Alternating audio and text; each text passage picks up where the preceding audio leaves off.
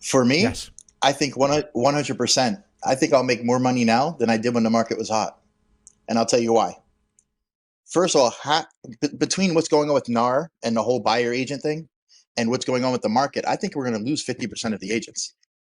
I mean, there's just not enough work. And one of the things, now I wasn't an agent, I wasn't licensed during the '08 and '09, '07 catastrophe, but I owned property and I bought a lot of property at the right time when they were low. So I did navigate it. However, I wasn't navigating as a third party representing somebody. Yeah. However, I dealt with a lot of short sales, a lot of REOs. I built relationships with banks. I'd buy 2, 3 houses for the price of one and a half because I put a package deal together and get the red off the books. So at this point, what I'm doing now as an agent, I'm already like I have a listing I'm taking tomorrow around the corner from my office.